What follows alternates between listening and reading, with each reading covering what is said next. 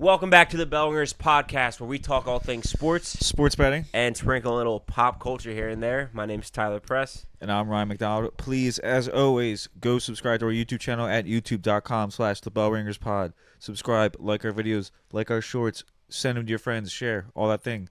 Comment, and then follow us on our social media platforms at bellringerspod on TikTok, Twitter, and Instagram. And then follow us on Spotify at bellringerspod as well. Give us a 5-star review. Like all our things, send them to your friends, comment. We're getting a lot more comments recently. Some of it might have been my rage bait, but it's all the same. Yeah, it's worth it. It worked, yeah. I mean, if it's not your rage bait, it's just dogging us for having dog shit picks. So I'll take the comments on the rage bait over just clowning us. We got some Week 6 recap. Once again, thank you for dealing with us for the 1 week break. But we got Week 6 recap for the NFL. We got MLB playoffs, college football. Sadness for me. Mm-hmm. Quick NBA, and then maybe a little touch of pop culture at the end. Oh yeah, I'll sprinkle a little pop culture on the ass. All right, recapping our Week 6. I went 1-3. And I went 0-4 again. So I that don't think I even did once last year go have an 0-4 week, and this is my second in Week 6. Yeah, let me get I can remember my picks, and I'm so angry about them. Yeah. I had the Cowboys as my, I think, favorite. It was like -5 or -3. Cowboys were -3 against the Panthers. Yep. I had the dog of the Browns versus the Steelers, Yep. and they Browns are the best defense in the NFL, and the Steelers put up 28 points on them, yeah. And so they didn't cover their spread. And then we both had the same over. Rams at Baltimore over 44.5. Yeah, and then my under was Chargers, Miami.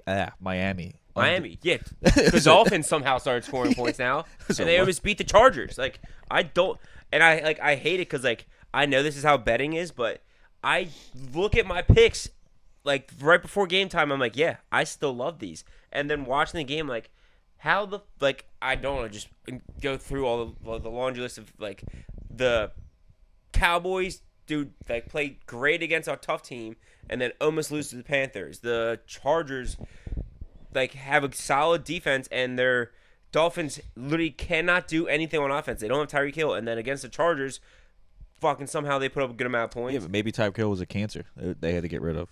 Dude, I just don't get it. Tua sucked. Yeah. I don't understand the rhyme or reason for these games. But Week 5, I had a 2-2 record, and Ty had a 1-3 record. So that gets us overall. I'm at 10-14. Ty is at 6-18, and the wheel, since it didn't have picks last week, is still at 7-13. It's not looking good. 25% is so bad. Yeah, my under is cooking at 4-2. My favorites 3-3. My over is having a little bit of issue at 1-5. I need to get better at the overs. My under and my favorites are 1-5, and then my dog and over are 2-4. I can't believe how bad I'm doing. I don't get it. It's gonna be maybe this week. This week. If not, I just told Rod, I was looking at my picks. I'm like, is this the week that I just take the opposite of all my picks? And then if I don't go at least 2-2 next week, I'm gonna do it. Yeah.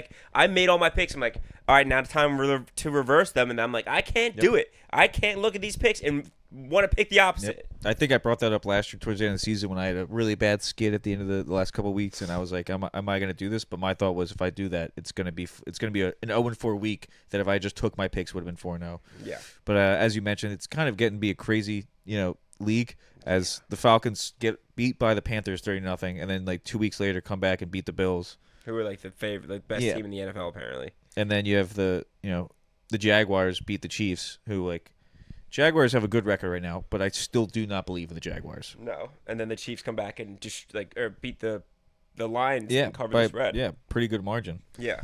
Does make sense. Stop being mean to us. It does make sense. Also, our Eagles are in dire straits. Yeah, the Eagles, after beating the Bucks, who are apparently the best team in the NFC, and we gave them their only loss. We can't beat the fucking Giants with Scattaboo, and we can't beat the Broncos, which Bo Nix has been an up and down season. But I think it's our defense. Obviously the Giants game, the question mark on our defense is the second cornerback. Quentin going down in the Giants game, you got two massive question marks now playing cornerback, and they had just had their way with it. And then Jalen Carter, I don't think has played the last 2 games either.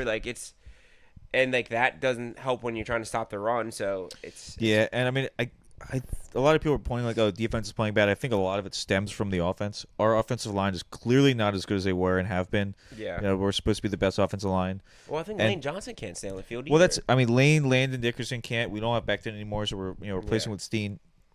But I mean, I got some stats for it. Last year, Zaquan's yards before first contact was 3.8, and now this year so far it's 1.7. So he's over 2 yards less before first contact, and that's pretty much equivalent to his yards per carry last year was 5.8, and now it's 3.4.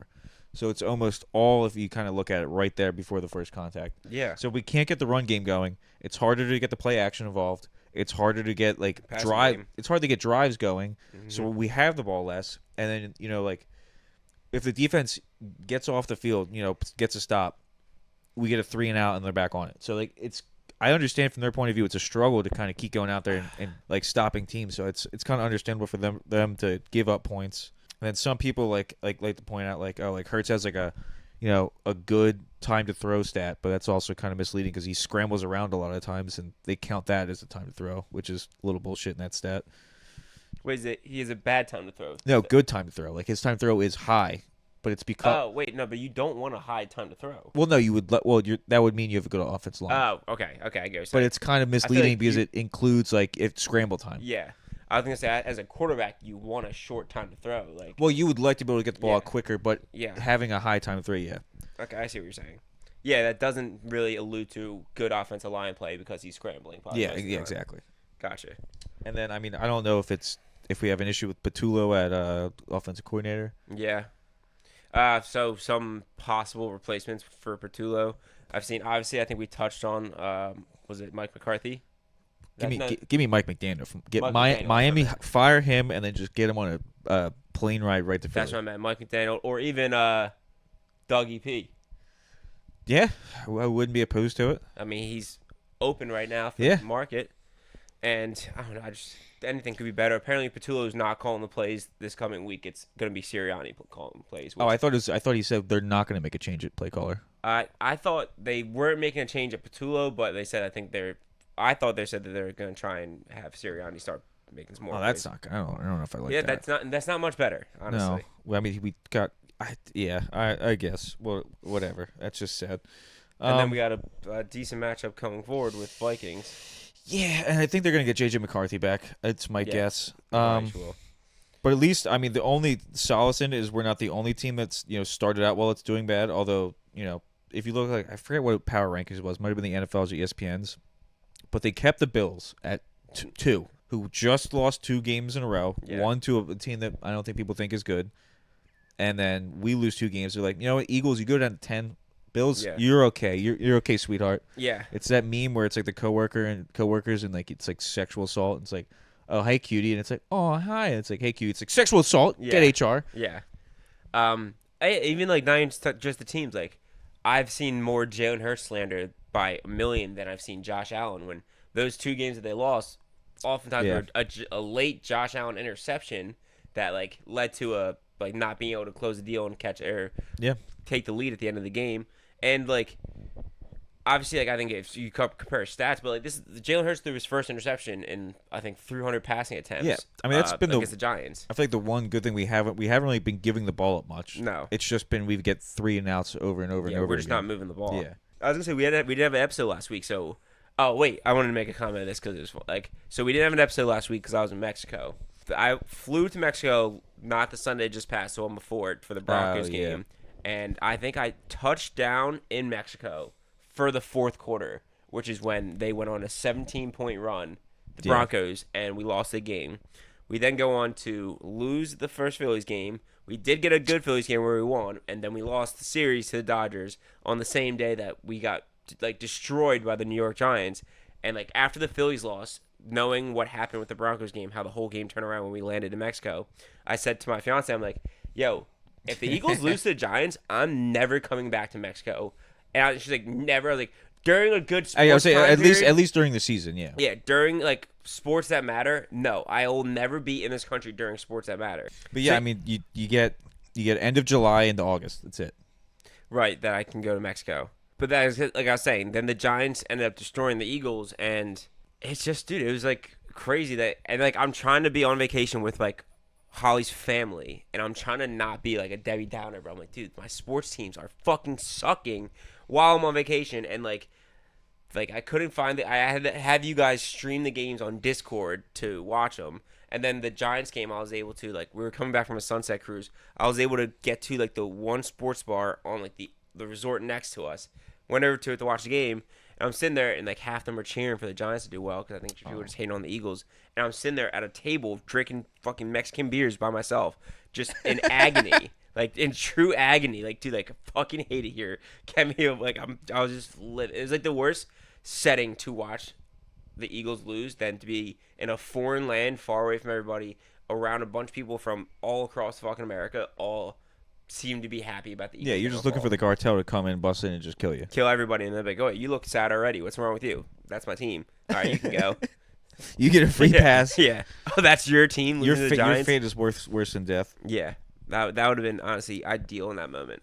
It's tough. I mean, it was kind of funny because, like, we lose to the Giants, and then we just see a bunch of Cowboys fans on Twitter being like, oh, ha, ha, ha, so funny. And it's like, oh, how funny is it now? You lost to the Panthers. Oh, dude, it happened three times. And then you get Washington being like, ooh, look at the Eagles fans all so excited that Eagles the Cowboys and Cowboys, lost. Yeah. And then it's like, oh, look what happened to you. Lost to the Bears. NFC East all took fat L's this week. Except for the Giants, who are still in last place. Yeah, so doesn't matter what.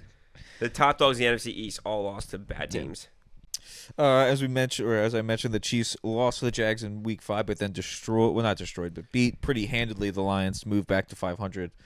Kind of a crazy thing. But then at the end of the game, we get Juju Smith-Schuster gets rocked by safety Brian Branch on the Lions. Walks away with a nice bloody lip. Can't say I feel bad because he liked to poke fun at the Eagles and James Bradbury after they beat the Super Bowl a couple years ago. So. Yeah, Juju's a bitch. Honestly, I'm not mad about it at all. I think what Brian Branch did was, like, obviously you punch somebody in the face, but did it after the game, which didn't hurt your team. Obviously, like... Well, he gets suspended for... He's suspended, but okay. I think that's fair. I think some people were getting upset he got suspended. I was like, if Jalen Carter gets suspended or kicked out of a game for spitting, he should get suspended for hitting a person. That's in the game, though. I feel like it's still on the football field. Okay, you have a point with the football field, but, like, after that whistle blows, I feel like it should be just fines. Yeah, but then that's basically after the whistle blows for every play. No, the final whistle blows. I get it, but like when the game's over and you punch somebody on the other team in the face, it's like, hey, well, he didn't do it while the TV was on, or didn't do it while like the TV was on. I know. See, that's what, like you should have cut off of that. He should that wasn't the final whistle blew. He knew that he was done his job. I guess he's a fucking image, so you can't do that. But that's kind of hurt an already weakened Detroit secondary. But they get wide receiver Rashee Rice back this week. And so many people are like, oh, Rashee Rice is free. It's like the dude committed an actual crime. No, the Chiefs are so back. And then are back. I think Patrick Mahomes recently made some like a comment where like, oh yeah, like we don't do like extracurricular activities here, or whatever. It's like, what do you mean? You have Kareem Hunt, Rashee Rice on your team. Yeah. You guys do some shit outside of work. Yeah. You guys aren't saints outside of work. But I'm worried about the Chiefs. I think they're in business again. And I did see Pat Mahomes is the leader for MVP. He has MVP odds, which I don't think is right. I think Baker Mayfield is the MVP and should. Baker or Danny Dimes, Indiana Jones. I mean, Baker, what he's lost at some point all three of his top wide receivers. That's true. He's at plus 300. I think he's a worthy MVP. And then I saw one funny thing in their win against San Francisco. He threw a touchdown to Tez Johnson, who's a rookie, and apparently there's a bunch of MVP chants going on. And he thought it was for him, so he goes back. He's like, brings up the Sterling Shepard. He's like, you hear the MVP chants? He's like, I didn't really do anything yet this year. I don't know why they're chanting. It's Sterling Shepard. That's my first good play. And he goes, it's for Baker. He's like, that makes sense. It kind of just brings you in the mind of a wide receiver. You got to have that diva, and you'd be like, yeah, it's definitely for me. Yeah, your first real good play in the entire season, and you're like, damn, they already want me to be MVP? Like, how about it? That must be real something. What's the best part about that is he told that story unwarranted at an interview. It was like, so like he immediately was like, yeah, I got a funny story for you.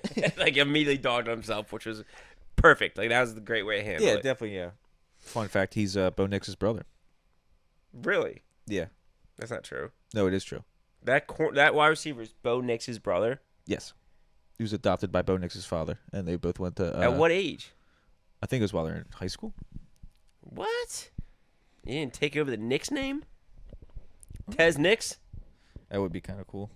Tez Nix? That is a crazy stat. Tez Johnson, Bo Nix's brothers, obviously not by blood, taken and adopted when he was 15. Did the AI say obviously not by blood? Well, no, I know it said they're not by blood. I added the obviously. What are you, blind? Can't you see he's my brother? Yeah, that would have been so funny. Obviously not by blood. AI's like, he's obviously not his brother. Yeah. I don't want to look stupid here. All right, let's go in the week 7, and like hopefully I can do something right. Yeah, I mean, just one more point. The Indianapolis Colts and Danny Dimes are in first place of the AFC. All could have guessed that at the beginning of the season, dude, right? Well, I don't think either of us had them like getting their win total, which I think they might have already hit. Yep. I'm not going to add any new teams to the out of the playoff contention because I just don't know what's going to happen next week at this point. I know, and like. Also, I think I have one team left to cancel on the AFC side, so I'm kind of. Oh, you have like room for one more. Yeah, we have to be the NFC, and the NFC teams, and you have like the Falcons that just beat the Bills, and so like, most of the teams I haven't canceled yet are definitely able to make the playoffs. Yeah.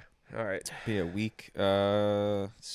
Week 7. Let's build a Thursday night parlay for this shitty game of Pittsburgh Steelers versus the Cincinnati Bengals.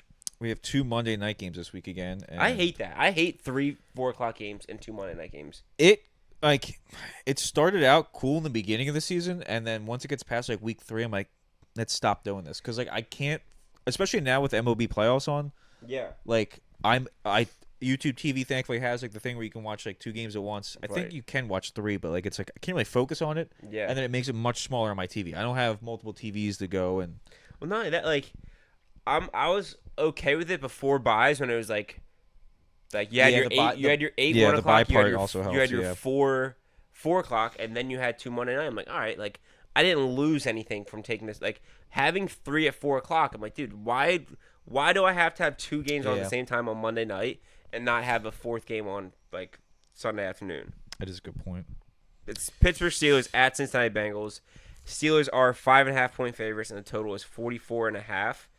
We won't be taking either the spread or the over, I don't think. But as far as player props, I was gonna say, what if we did? We've been struggling on the player props. What if we just tossed in like Steelers minus 5.5? Do you want to pick a spread and a total, and then just do like one player prop? Total is scaring me because it's a divisional game on a Thursday. Actually, I hate doing that. Yeah, but then you got Joe Flacco, man. Yeah, it's a high spread for the Pittsburgh Joe Flacco Steelers. is old though. 77% of the bets placed have been on the Pittsburgh Steelers. Just taking a look at DK Metcalf's last couple games, 4 for 83 this past week. No, never mind. Sorry, I went the wrong way. 4 for 95 and a touchdown. Then he had 5 for 126 and a touchdown. 3 for 32 and a touchdown. 3 for 20 and a touchdown, and then started the season off 4 for 83 and a touchdown. He does have 4 straight weeks with a touchdown. Yeah, but does that we've done this before, looking at previous games, and it's always the game that he doesn't do it. Yeah, no, I get that. You try to read too much into I get you. No, I'm saying I was about to counteract what I just said, where it's you try to fucking find the scheme of where you're going wrong with bets, and then you start being like, I'm not gonna pick the guy because he's doing too good. And it's that's also stupid. Also, let's see so Aaron Rodgers over under for passing yards, kind of too high. His average is barely over 200 yards, and they put it at 218.5. His average is barely over 200, and they put it at 218. Yeah, it's a little too rich for me. I know, but I think that extra 18 yards is because of how bad the Bengals defense is. It's fair, but that also kind of scares me that maybe they get up early and just run the ball. If I'd want to do, I think we saw Flacco target the shit out of Jamar Chase, but the fucking Steelers have decent cornerbacks. They have they do have Ramsey now, and another guy that Slay was their number 3. Dude, it's not a good game for this because it's also, it's not a high over under, but it's not too low. All right. Jamar's is what? I wouldn't be mad about taking Chase and Metcalf touchdown scorers, just as clean as it can be. Yeah, it's fine with me. And also, having Chase Brown as a second anytime touchdown scorer is wild. He's been so bad all season. I You actually picked the hit wrong. Chase Brown instead of Jamar Chase. Picked the wrong. It's both Metcalf and Jamar Chase are plus 135 on DraftKings for anytime touchdowns. Which is already decent odds for us. Yeah. And then, what prop can we do that I like? Or do we just, like I said, do we just throw the spread in there? Do the spread, or do we do like Aaron Rodgers 2 passing touchdowns? They have him at 2. Like 2+ is minus 137. Yeah, he had 2 less. He's got 2 plus 3 out of the 5 weeks. So Okay. I don't hate that. And Flacco at 1, puts us at 10 to 175. Oh, so you did both? I did Aaron Rodgers 2, Flacco 1. 10 to 175 still is decent. I feel like there's no shot this doesn't hit. Yeah, I'm not doing no sweat. I'm taking this 50% profit boost because I know this is gonna hit. All right. Do you want me to start it and then you end it? Yeah. Okay. Do you want me to do the 2 TDs and you do the passing ones? All right. Our Thursday night football parlay between the Steelers and the Cincinnati Bengals. We're starting off with DK Metcalf anytime touchdown score and Jamar Chase anytime touchdown score. We're also adding Aaron Rodgers 2+ passing touchdowns and Joe Flacco 1+ passing touchdown. Now, this is on the safer side because we've been doing so damn bad. Safer side as we do 4 legs. It's 4 legs, but it's like the minimum. The only scary thing is the touchdown scores, but it's the 2 best guys on the field. It's 10 to win $75, and I try to do a profit boost. Can't really get it right now, but there may be a 50% profit boost option, and there may be a no sweat option. Yeah. This is on DraftKings, but DraftKings. just always look for your profit boost, especially if you're doing this day of the game. Yeah. We are not. It's Wednesday. But all right, I guess moving into just how we feel about this game in general. I like the Steelers to cover, and I probably like the under. I know we just kind of made bets that had 2 touchdown scores and 3 passing touchdowns. That would, I think, still qualify under the under. I agree that but the only problem I have with the under is the Bengals defense is so bad, and I could see Joe Flacco bringing a little bit of life to the offense. That I could see the Steelers putting up. They'd have to put up more than 21 if they're gonna win. For some reason I thought the Steelers defense was doing better recently. I mean, other than only letting up 9 points to the Browns, led up 21 to Minnesota, led up 14 to New England, 31 to Seattle, and then 32 obviously in the first week against the Jets. So yeah, they're not doing as good as I thought they were recently. No, I knew they started the season off pretty bad, but I thought the past couple weeks were better. I guess moving on to Sunday, we have, one more London game. I don't know how many more we have after this, but we have the LA Rams -3 at Jacksonville Jaguars, over under 44.5. This is basically Jacksonville's second home, as they play in London every year, at least once. Mm-hmm. And it's a London. I didn't even fucking see it was the London game. What, you got a pick here? I do have a pick here. You get the London or you get the Lover? I didn't take the total whatsoever. Did you? No, that's why I thought you were getting upset because you took the Lover. No, I took the Rams -3 here. Don't hate it. It's just I mean, I don't know if Puka's going to be back because he did get hurt. Yeah, but he got hurt and came back in. He got hurt in the game and then came back in in the fourth quarter. I don't know if he got re-hurt or he got reevaluated, but I don't think it's going to be that bad if he... Yeah, I know they did say it's probably day-to-day. I mean, I hope he's back. Mm-hmm. But, I don't know. I still, I don't love the Jags. It's 3 points. I feel like I'm pretty confident that Rams are winning this game. At least I'm going to get a push, I think. That's fair. So, I'm on the side of the Rams -3. As far as the under-over... Kind of might be leaning the over. I think so, too. I think I'd be going over 44.5 here. First game I have here on the Sunday slate besides London is Philadelphia Eagles at Minnesota Vikings. Eagles are 1.5-point favorites, and the total is 43.5. I'm not touching the Eagles at fucking all until they fucking write their shit. Yeah, I don't like this. We said earlier, J.J. McCarthy, I believe, is coming back for this game. Would have been kind of fun to see Carson Wentz against the Eagles, but would have made me a little bit more confident too. That would have made me more scared in the fact that if we got game. Yep, if we got not necessarily revenge, just if we got beaten by Carson Wentz, how much more that would have tanked the season.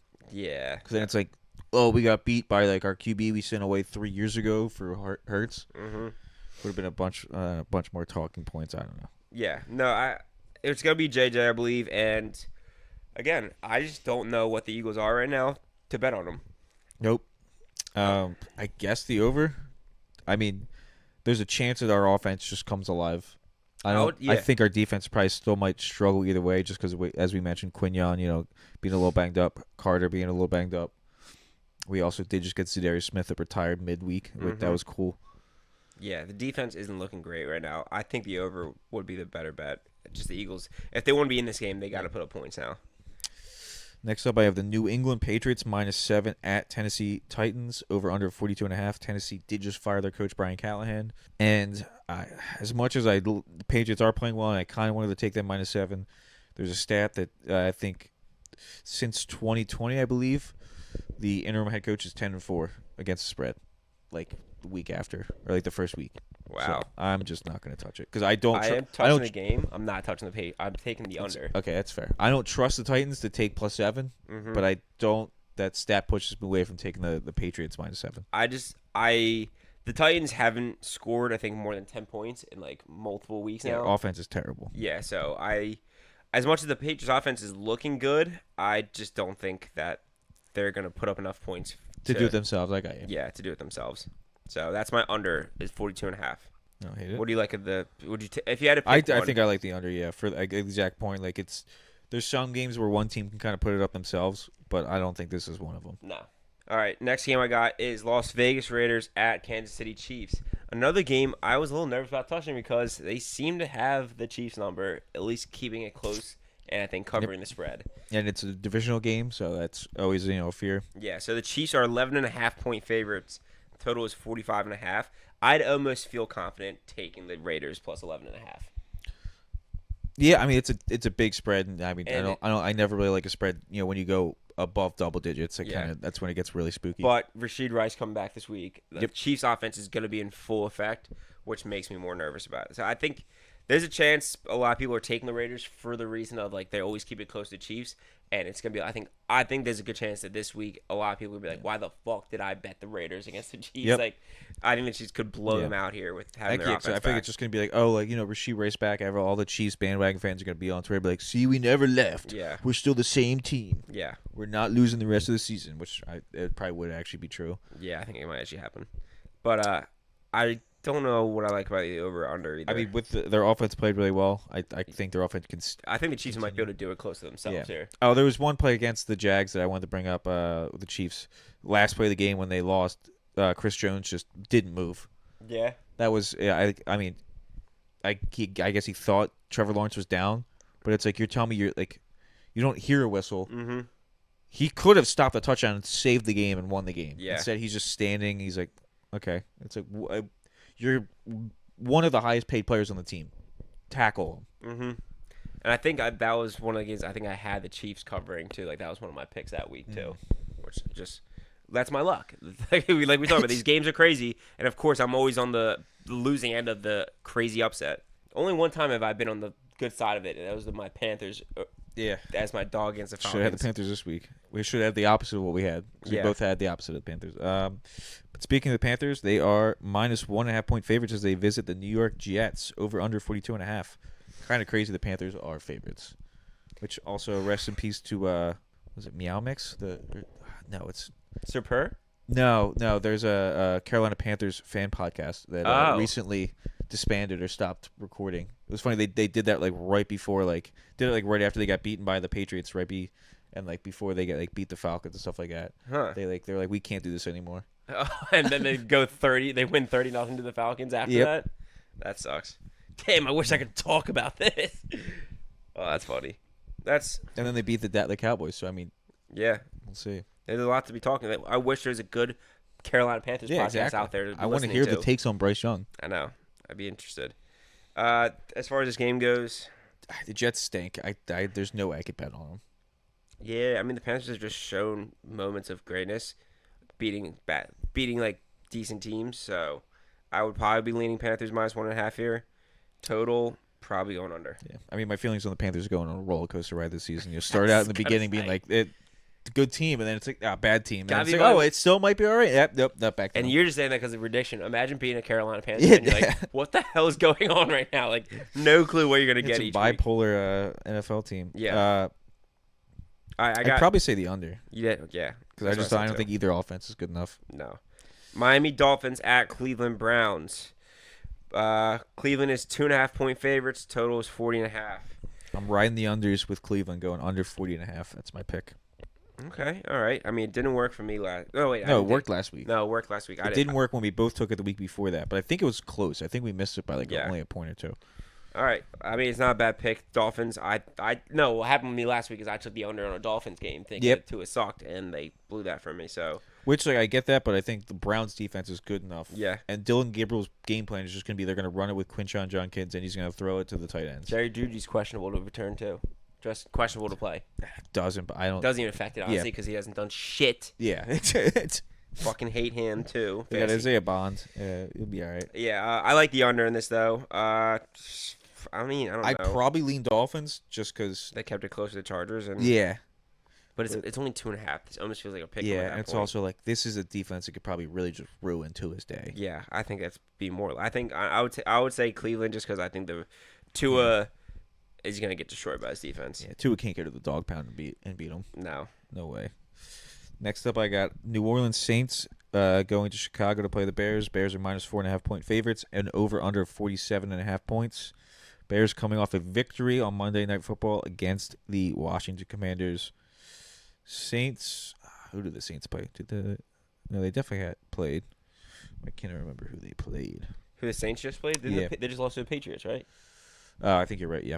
Yeah, because I think the Patriots, they did really, really good. Everyone's freaking out with the Patriots. And, did we not talk about the fact that they just beat the Saints? Yeah, they only have one win. Yeah. I mean... And the Bears just beat the Commanders with Jaden Daniels, yeah, so I think it's not wrong to lean Chicago Bears here, even though the spread is pretty high for the Bears team. Yeah, but once again, it's kind of just... I wouldn't want to bet on Spencer Rattler and the Saints. So I would probably say Bears and... Love Kellen Moore. I mean, I don't think he would deserve to get fired because I don't think he has, the players he needs to perform, but I don't give a shit about Kellen Moore. He left us. Yeah, but I take the Bears covering the spread of 4.5, and I probably would lean the under because that's a lot of points for this team. Yeah, but I don't know if I really believe in either defense. But I see what you mean. That's fair enough too. All right, New York Giants at Denver Broncos. Broncos are 7-point favorites, and the total is 39.5. The two fucking teams the Eagles lost to facing off. Yep. What do you think? I mean, I don't think the Giants are going to keep this rolling. I think Denver's going to figure out what Jackson Dart's been doing and be like, hey, let's just not let him run. Or they both finally get a concussion because they're both playing like jackasses. Let's not say that. I have Camp Scatterbo. I need him on my fantasy team. Well, he's playing like a jackass and he's throwing his head at people. I get that, but he has 3 touchdowns and that helped me win. Yeah, I mean, I'm sure if he gets injured, my team is screwed. Yeah. I just, the whole targeting thing with your head, there was a play where Jackson Dart was that one towards pissed the me off. Sideline, and Jahad Campbell was going to tackle him, and he almost he dove his head straight head first. Dan Dan's original attack move. He put his arms down and went that at him, and literally speared him with his helmet in the head. It makes no sense how that's not going to be a flag because that was the most obvious helmet to helmet for planned action I've ever seen in my entire life. And it's you could have just ran out of bounds. Yeah. It wasn't even like he was trying to concuss Jahad Campbell. It wasn't even the stuff I complained about with Mahomes where it looks like he's going for out of bounds and then he kind of cuts back. It's you can't do that when the players would get penalties for hitting you. Yeah. But that was just blatant just trying to you say look like he was trying to hurt him. Yeah. Fuck that dude. I hate Jackson Dart. Even though it's cool. He looks cool as shit, but don't know the guy, but he doesn't seem like a great person outside of football. No. He seems like a tool, but yeah. I could see the New York fan base being our dude's the fucking man. This dude looks like a baller. He looks swagged out and looks cool, but also you can see him being a complete jackass. The whole Eli Manning story is really funny though. Oh yeah, but it's also that's probably something that kind of makes sense. I don't that story. I don't think makes me think he's a bad that. That's kind of a funny story. Hey, can you get me in this burger joint? Yeah. You said I could ask you for anything. Very, very nice restaurant. Yeah, but I think it was a very, very nice burger place. Was this burgers or just I think it was steaks and? I heard burgers. That might have just been someone minimizing the level of it, making it more funny. All right, but who are you taking here? Broncos or Giants? Oh, Broncos. But yeah, definitely. Broncos covering 7 points. Yeah, and I mean the under I don't hate either because just like I said, I mean granted they scored a lot of points against us. I was gonna say both teams put up a good amount of points recently. I don't know. I might lean the over. It's so low. But I mean, the Broncos, I think they only had 1 touchdown scored in their game last week against. Yeah. What was it? They played the Jets in London. I think it was. Yeah. Because I remember waking up and looking at my fantasy team and be like, oh, cool. All the players I had in that game didn't do anything. Mm-hmm. All right. I got Indianapolis Colts going to LA Chargers. Chargers are -1.5-point favorites. Over under 48.5 points. And I'm taking the dog. Colts +1.5. Tell me they got the number one team in the AFC, a dog to the Chargers. As a little wild. Struggling. I'm taking the over on this game. I don't hate that either. It's a high one, but both these teams can put up points. Yeah. So I think it is kind of crazy 5-1 and they're dogs right now. It's in LA, and the Chargers are like a good team, but they have had their struggles. But it's also like, a home game in LA, whether it's the Rams or the Chargers, I'm not really afraid of because like they currently no weather advantage. Really. Well, currently neither team has a good enough fan base in the city to have home field advantage. Really, I hear you, and the weather's beautiful. Yeah, but no, I agree. I think it's not a bad pick. Colts +1.5. It's a pick 'em, and you're having the Colts win. Yeah, exactly. I like it. Like I said, and I got the over 48.5 there. Next game I got Green Bay Packers at Arizona Cardinals. Cardinals are 6.5 point. No, I'm sorry. Packers are 6.5 point favorites. Total is 44.5. I got halfway through reading that. I'm like, this can't make sense. But yeah, Packers 6.5 point favorites. Total 44.5. I mean, I want to say the Packers are 6.5. They're such a better team. But Cardinals have kept some games close, but they just haven't. I mean, is Kyler back too? I think he's slated to be back, but okay. I mean, Battlefield 6 did just come out, so yeah. And Jacoby Myers did much better than he did in the last few weeks. Or not Jacoby Myers. I'm Jordan sorry. Love? Oh no, you mean Jacoby Brissett. Jacoby Brissett is what I meant. Yes, yep. He put up like 3 touchdowns in like a good amount of yards. I mean Trey McBride had a great week this past week. Yeah, so I still think Packers covering total. Kind of want to say the over. I mean the Packers defense has not shown up as we thought it would so far this year. Yeah. This is me. Washington Commanders -2.5 point favorites as they visit the Dallas Cowboys. Over under 54.5. Divisional game. I'm taking the over. I know it's that's a lot of points. It's a lot of points. It's usually a taboo with divisional games, but Commanders it was a close game against the Bears and they let up a lot of points against an offense I think is much worse than the Dallas Cowboys offense. Dallas might be getting CeeDee Lamb back this week. Kind of fingers crossed there. Yeah, that'd be nice for the team. Commanders, I think, also get Terry McLaurin back this week, so they kind of both get additions on offense. That'd be awesome. I think this might be a points bonanza. Yeah, that'd be great for my team if I was both of them coming back. I mean, I feel like a lot of games that the Cowboys have had this year have just been, mid to high 20s, like both ways. It's been a close game, but both teams scoring quite a lot of points. Ty's got to put someone in on fantasy. I'm checking to see if they are both questionable. Holy shit, Ryan. That's my 2 wide receivers on my team. I do some research because I just lost some Ekabuka and I need CeeDee Lamb to come back to fill his place. Dude, my wide receivers were Jerry Jeudy and Trey Tucker. Gosh. In the meantime, I was struggling. And I lost Derrick Henry this week, so I really needed some help. Okay. I can I get what you're saying, where both defenses are bad and both offenses have the value or potential to put up a lot of points. I just think with that high of a spread and it being a divisional matchup scares me a lot.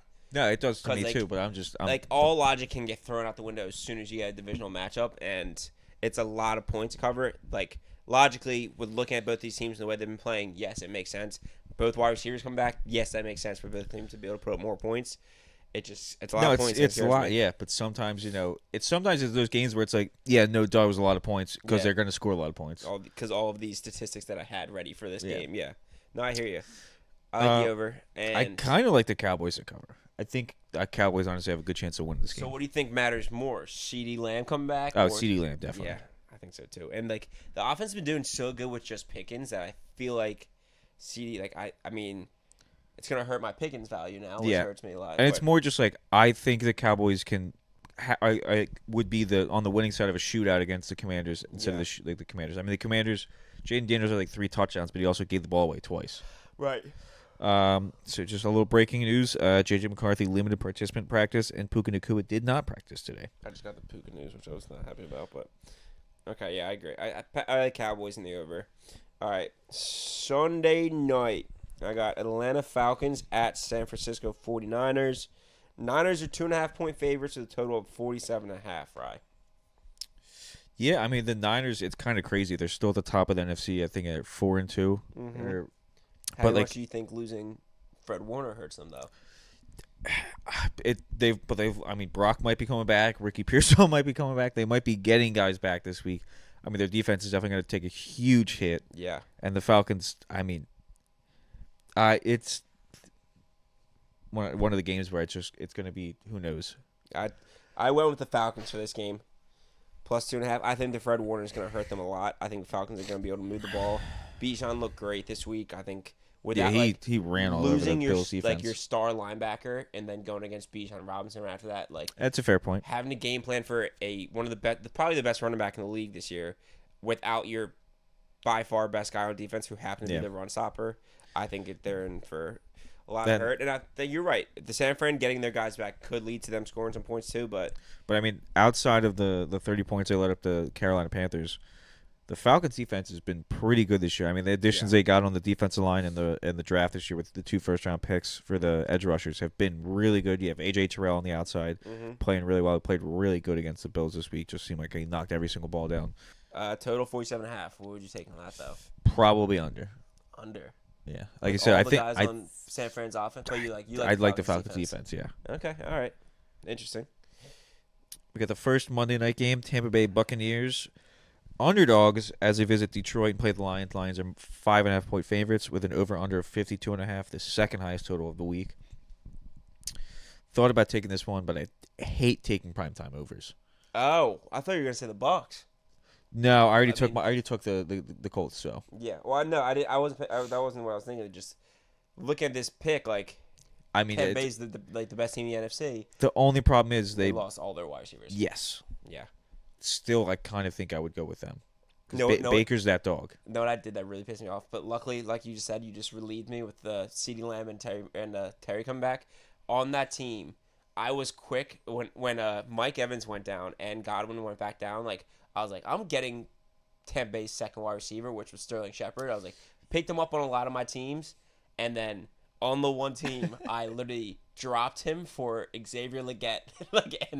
and then in that game, fucking Ibuka goes down. I went, damn, I really wish I had Sterling Shepard still. Yeah, but I think Tez Johnson might be the one that gets more play, at least more fantasy value. Yeah, I think Shepard's going to get more targets, but I think Tez is going to be the home run hitter. Playmaker. Yeah, because Baker's a dog. He's going to toss that ball down the field. Yeah, Tez is fucking speedy little bitch. All right, with Ibuka going down though, I feel like I can switch to leaning the Lions here. Honestly, it's just a 5.5. It's kind of funny. I think Tampa Bay, like every game this season, has been within like 3 points. Yeah. I forget what the score was this past week, but I think going into it, like it was like whether they won or lost, every game was within like 3 points. You wanted to hit the over, but prime time you didn't want to. Yeah, and also like we kind of mentioned the Ibuka then out makes it tough. I think I might lean under there too. All right, final game: Houston Texans. The second Monday night game at 10:00. Why they do that? Houston Texans. Yeah, that's ridiculous. Houston Texans at Seattle Seahawks. Seahawks are 3-point favorites, and the total is 41.5. Dude, who the hell is watching him at 10 p.m.? West Coast people, because they're like, oh, it's 7 o'clock. It's like, well, yeah, I'm on the East Coast, so maybe feel bad for me. I'm on the right But at the coast. same time, thinking about, well, I mean, London games are kind of bad anyway. But the London games for them are probably like 6 o'clock in the morning. Yeah. I am taking the Seahawks -3 because I don't think the Texans. You're Texans. gonna have to watch the game, huh? I'll fall asleep. We'll see. Yeah. If there's a baseball game on, I will stay up because I'll watch playoff baseball. But the Seahawks, I think, are a pretty good team. I don't think the Texans are all that good. Ooh. I know they've gotten a couple wins recently, but I don't think it's necessarily been. I think it's been more the teams they played rather than them. Than the Texans being good. And Seattle being home, you got the 12th man there. I like Seattle -3.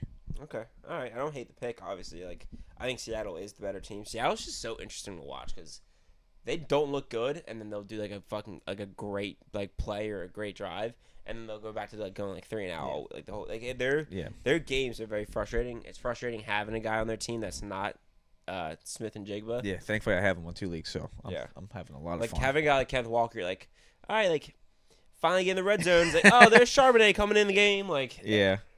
I don't know. Okay, but also Kenneth Walker can have great games too, so it's a very hard team to predict.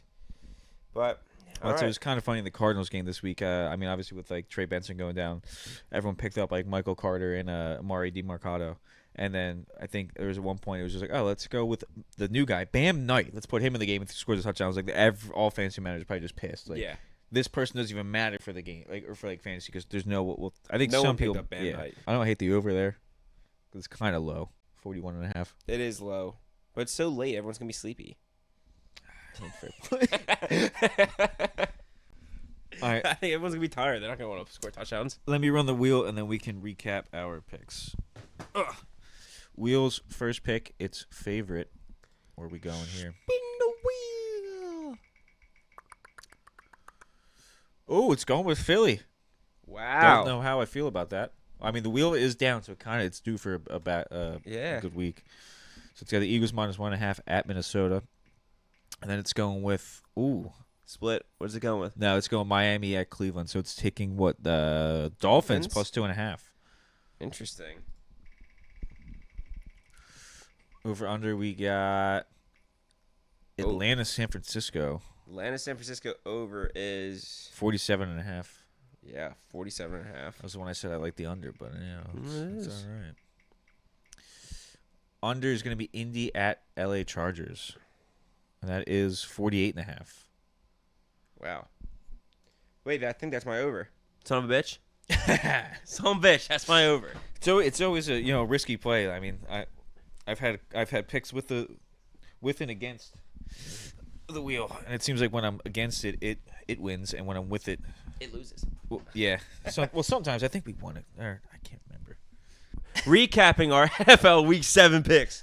My favorite is the LA Rams -3 against the Jaguars. My dog is Atlanta Falcons +2.5 against the 49ers. My over is going to be the Colts Chargers over 48.5, and my under is going to be Patriots Titans 42.5. My favorite is the Seattle Seahawks -3 at home against the Houston Texans. My dog is Indianapolis Colts +1.5 at LA Chargers. Over is Commanders at Cowboys over 54.5. My under is Dolphins at Browns under 40.5. And then the wheel, its favorite is the Eagles -1.5 at Minnesota. Its dog is the Dolphins +2.5 at Cleveland. And then its over is Falcons at Niners over 47.5. And its under is Colts at Chargers under 48.5. Hate that under for the wheel. Yep. And, no, I think that was the only one you had against it. But, yeah, there are your picks for Week 7. Tell us who you think is going to maybe go over 500 this week. Yeah. Whose picks do you like the most? Who do you think has a chance of not being a loser and going 0-4 like this guy last week? Because I hate myself. Fill my pockets up with rocks and I'm going to jump in the water. All right. Now moving on from NFL, moving on to another sadness. We go to the MLB and the playoffs. Oh, yeah. We left you when the Phillies had not played yet. I went to the first game. It started off great. Wonderful time, and then it got real bad. Real bad. And, Phillies lose. We won one game. Outscored the Dodgers in the series, but it was all because we scored 8 runs in one game. Yeah. Like I said, what kind of pissed me off, too, is it was the only blowout win in the entire series. Like, I feel like we kept every loss pretty close. Yep. And then had a blowout win.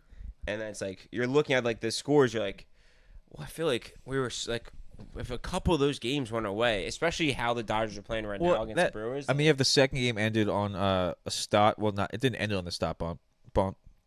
But, yeah, Nick Castellanos at second base, no outs. Bryson Stott comes up the bat, and they try to bunt him over. I think it was bottom of the 9th. We're down 4-3.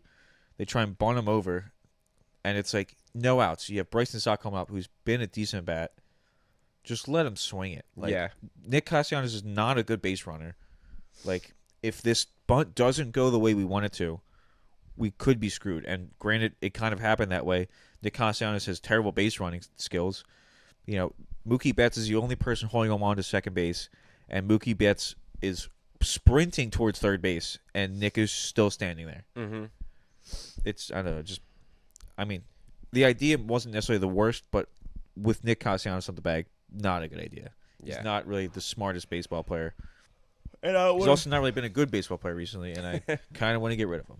And I don't want to harp too much on the way the last game ended, just because I feel bad for the kid, honestly. Like, yeah. Also, even if we won that game, we were not winning any. Like, I mean, that would have been 2 of the 3 that we would have needed to win. No, I'm just like, if we played that badly, I don't think we're winning anything in this. Like, we'd probably either lose to the Brewers or lose in the World Series. It's just been pessimistic for me, but it just what's bothering me now is the fact that the Dodgers are like handling the Brewers. Kind of. Well, so my hope is the Dodgers handle everyone, and then it comes out that they cheated, like the Astros did so badly that they get the World Series revoked from them, and no one wins this year.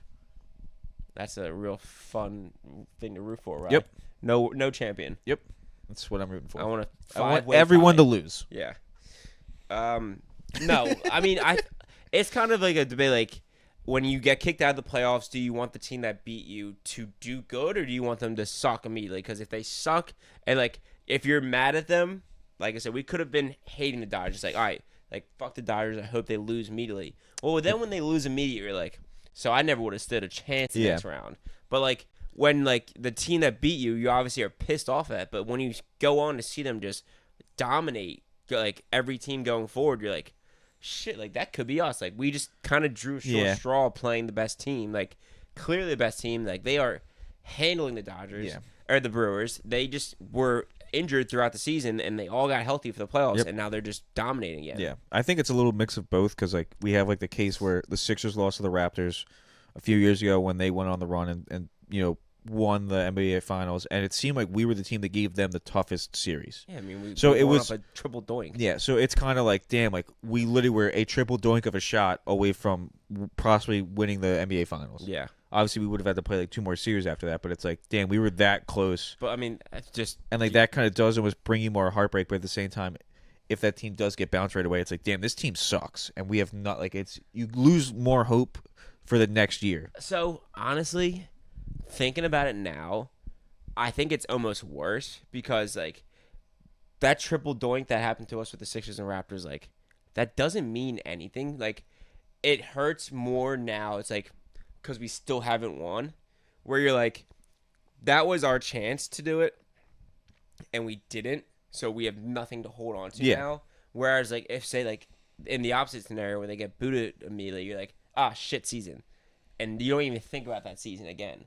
Like we still are holding on to that season because of that play, even though we got nothing out of it, which I think makes it's easier to cope in the beginning, but it's worse for you in the long run if you don't end up going back and winning. It's like more heartbreak. Yeah. And like I said, I think the other way you just get more upset 'cause you're like, oh, this team stinks.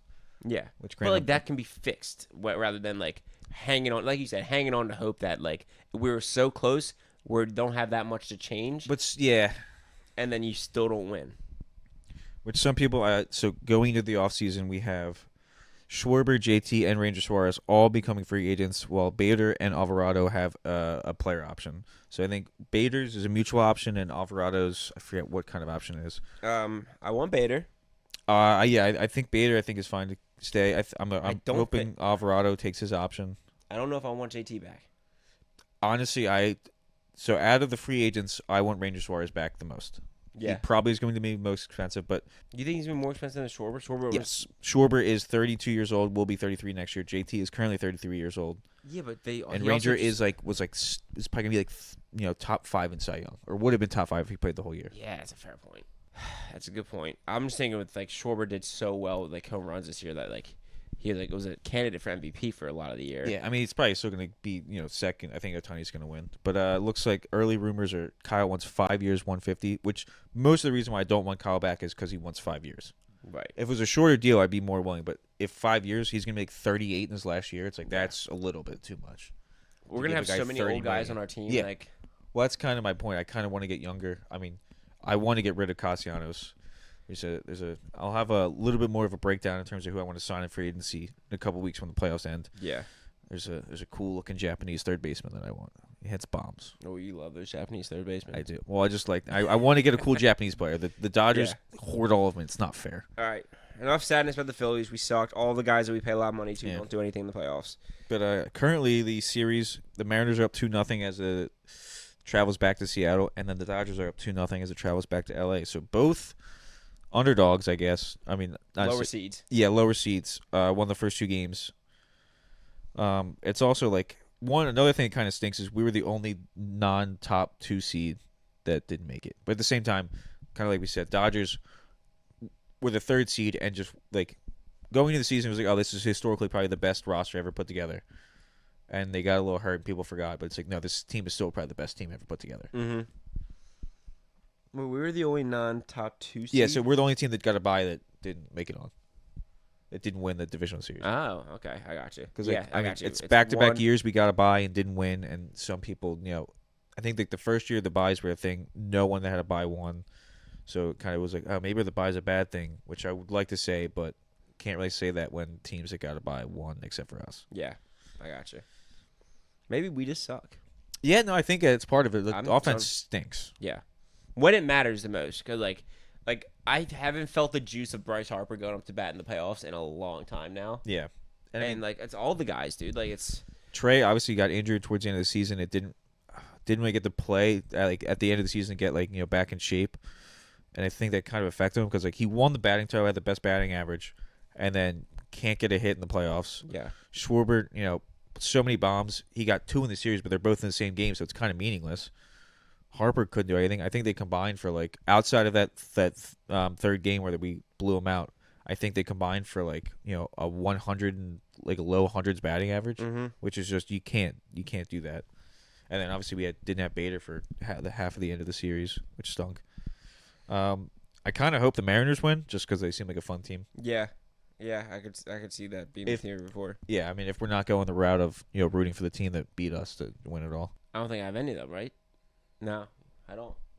I mean, I'm sorry. I'm not. That's not what I meant. I meant teams that we picked in the beginning of the season. Oh yeah, it's just the Dodgers for you, right? Yep.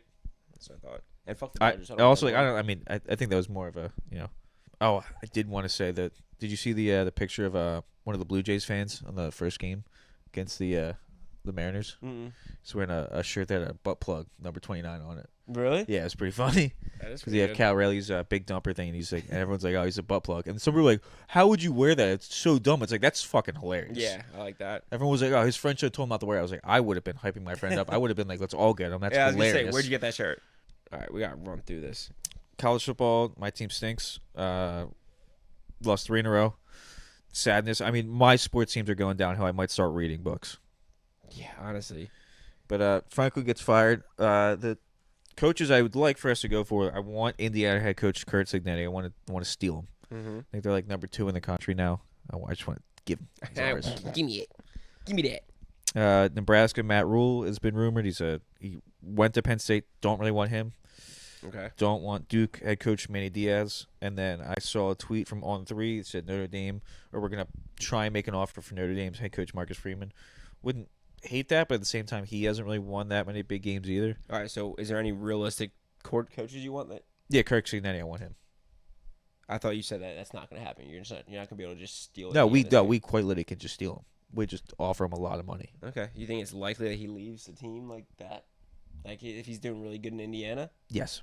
Okay. I don't know. More money, and Penn State is a bigger football, historically program than Indiana. I mean, he already left his last job to go to Indiana. Okay. That's what college football teams do. College football coaches do. They leave.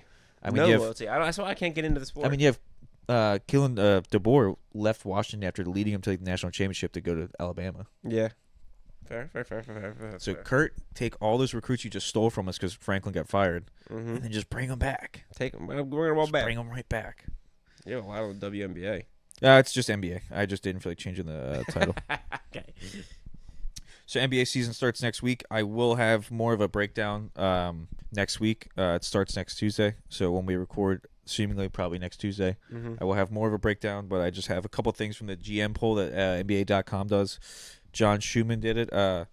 OKC overwhelmingly favorite to win it all. Not surprised. Yeah. Sixers sliding at 7th in the Eastern Conference. That was our landing spot.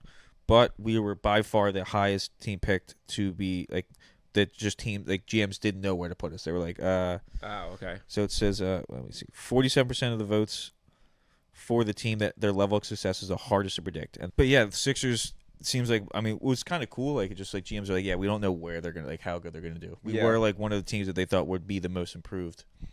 VJ has the only vote that's not for Cooper Flag for Rookie of the Year. That's kind of cool. Yeah, granted, I mean, so not all the GMs have to vote for like each answer, and then if you're a GM, you can't vote for your own player. So like, it could have been the Mavericks GM. I'm imagining it's probably the Mavericks GM. Oh, that makes sense. They couldn't vote for Cooper Flag, but still, it's kind of cool. He's like, yeah, I mean, maybe the Sixers guy gets it. Didn't vote for Dylan Harper, so that's Yeah, I was gonna say, out of all the guys, he had guys to pick from. Yeah, And then one of the surprising things was Luka. Like, there's one thing. It's like, oh, who would you start if you start an NBA franchise right now? Who would you want to start the most with? Obviously, biggest answer is Victor Wembanyama. Kind of surprised that Luka just was not involved in that at all. Like, no one answered that, and it's like he's still like 26. Yeah, that's a little crazy. And he lost a lot of weight. I don't know. Sixers were bringing back the old jerseys, 2001 jerseys, and they're bringing hip hop back. I think hip hop's only come back for one game though, which stinks. Oh, for the mascot, the rabbit. Yeah, he was the best. Too. Yeah, I that was like, I mean, granted, Ben Franklin I guess is a cool mascot, but hip hop, I mean, it made no sense to have a rabbit as a mascot, but it was cool. But hip hop was cool, and it just immediately reminds me of Kyle Korver, Andre Iguodala, Allen Iverson, Sixers, going to the game, watching them play, and then watching like halftime come around, and hip hop's just doing crazy shit on a trampoline. Yeah, just fucking like he was awesome. That was my childhood. Yep. So that's NBA. Right. Preview. Yeah. And pop culture. Trying to sprinkle in a little pop culture.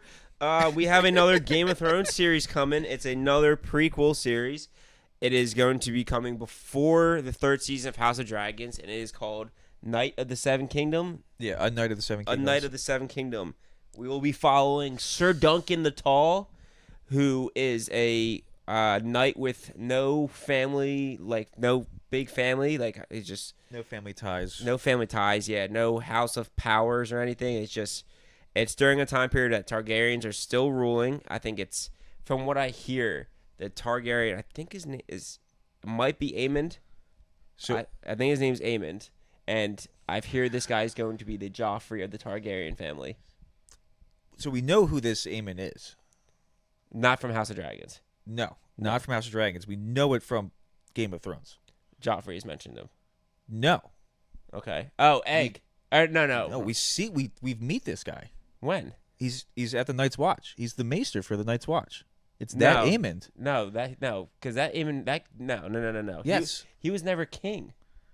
But he was slotted to be king until he gave it up for his younger brother.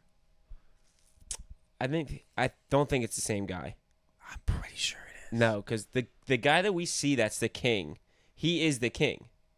I mean, maybe, I don't know if his dad is also Aemond, but there is, I think it's, so there is a Targaryen that's going to be in this that is someone we've met. Yes. So I think we're going to see the Maester Aemond, but in the Game of Thrones series, is the Maester's name Aemond? Yeah, Aemond Targaryen. Yeah. In the Game of Thrones series, Maester Aemond talks about his brother Egg. Yes. Who is the little kid. Yep. That we're going to be seeing.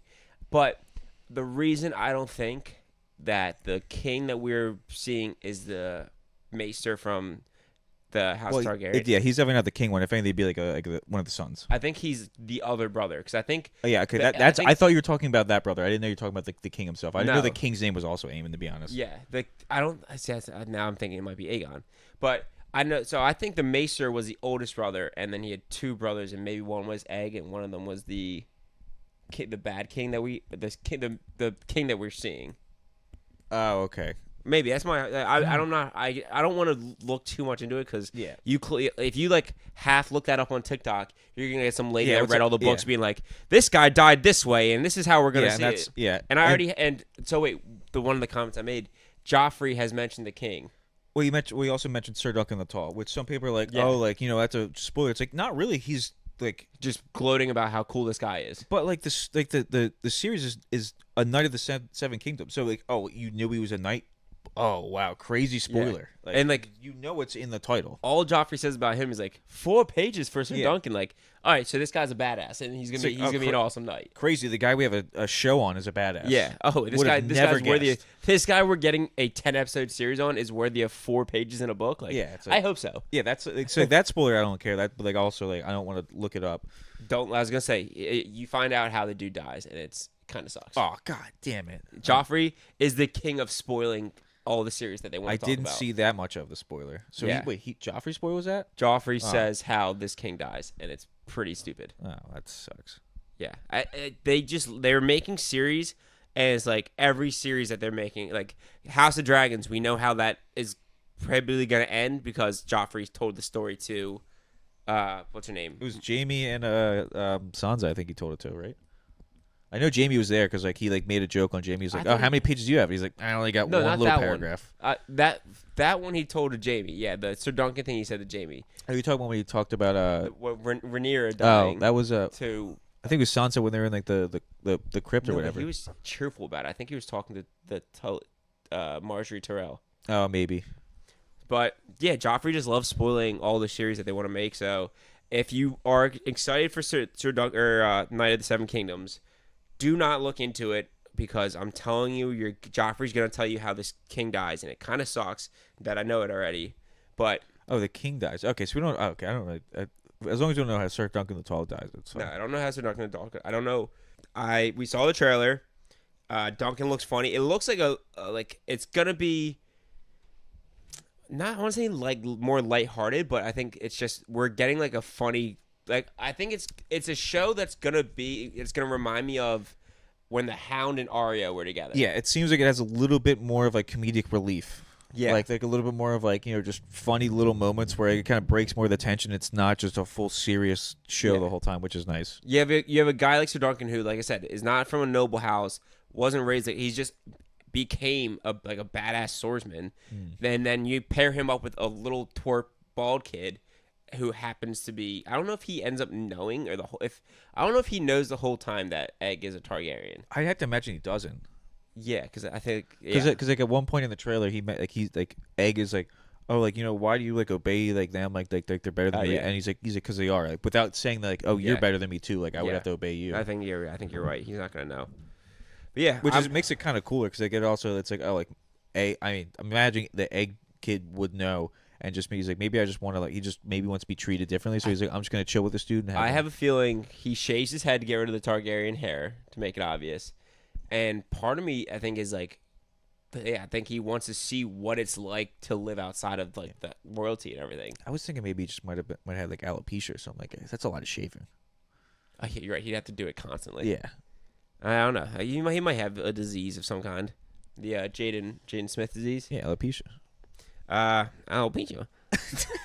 It's because it's marsupial.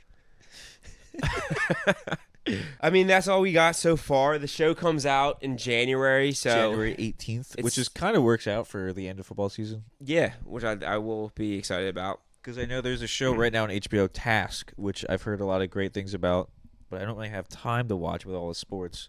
Yeah, and I know that probably would have been one that we would have liked to have done maybe a watch along with, because it is also, I think it's based in this area. Oh, so I know a lot of people have like Delco accents. Yeah, it's kind of funny. Apparently, a lot of the actors are like British, and they just all got Delco accents and are now obsessed with them. Well, Meryl Streep. No, not Meryl Streep. What the fuck is her name? A lady. I watched a series called Mayor of Easttown, and I'm blanking on the lead actress's name, but she did a Delco accent, and it was like a crime document or crime series, and it was honestly really good, and she did a pretty solid Delco accent. But it's a very big name woman actress, so I need to. That wasn't Jane Foster, was it? No, that was True Detective you're thinking of. Kate Winslet. Oh yeah. Kate Winslet. But it's her and Evan Peters. It was a good little short series, but still have to watch that one. But Task, I think I might get into once we. I mean, like I said, I'm kind of need things else to watch because sports right now don't really have a fun time. As I said, once baseball dies down, it's just football and football. But we got hockey now. We got basketball soon, and I mean, I don't know if it's all the sadness that I've gotten from my other sports teams, but I'm kind of leaning into the Sixers a little bit right now. See, I'm kind of believing in them. That's crazy talk, Ryan. I wish the best for you. I hope it doesn't last long. Like, I cannot believe that. I'm getting pumped. I saw a really cool Flyers play from our new rookie, and he looks sick. Well, I'm still pumped about that, but I don't expect much from the Flyers this year. But I think is the point of the Flyers. I think the Sixers might have a chance if we stay healthy. We might be able to make some damage. Might be able to do some damage. All right. I mean, listen, you could turn the East is wide open. Is it? I mean, babe, Jason Tatum's down. Yeah, Tyrese Halliburton's down. Yeah. What about the Knicks? Knicks are still good. Gotta watch out for them Knicks. Knicks and the Cavs are still good. They're gonna be tough. Yeah. Okay. All right. Well, long episode. Have fun editing that, Holly. Thank you guys for watching. Hopefully we have a better week in our picks this week. Hopefully our one team now, Eagles. I mean, will the Sixers have started? Did you say by next week? Well, so we record next Tuesday. That's the first two games. I don't think we play one of the first two games. Okay. So next week we'll be able to almost debut the NBA and NHL season. But yeah, it's kind of my hope. hopefully our one Eagles team, Philly team, our Eagles, does something right and beats the Cardinals, the Vikings. I did just see that Carson Wentz was a full participant in practice. J.J. McCarthy was limited. I thought I mentioned that earlier when You we said talked about Puka Nacua. Oh, you did say the breaking news. I saw the Puka news, which upset me about my Rams pick. I think you were I think you were just heading like damn it, fucking Puka. Yeah, have a good week. Yeah. Peace out. Thanks, guys. See ya.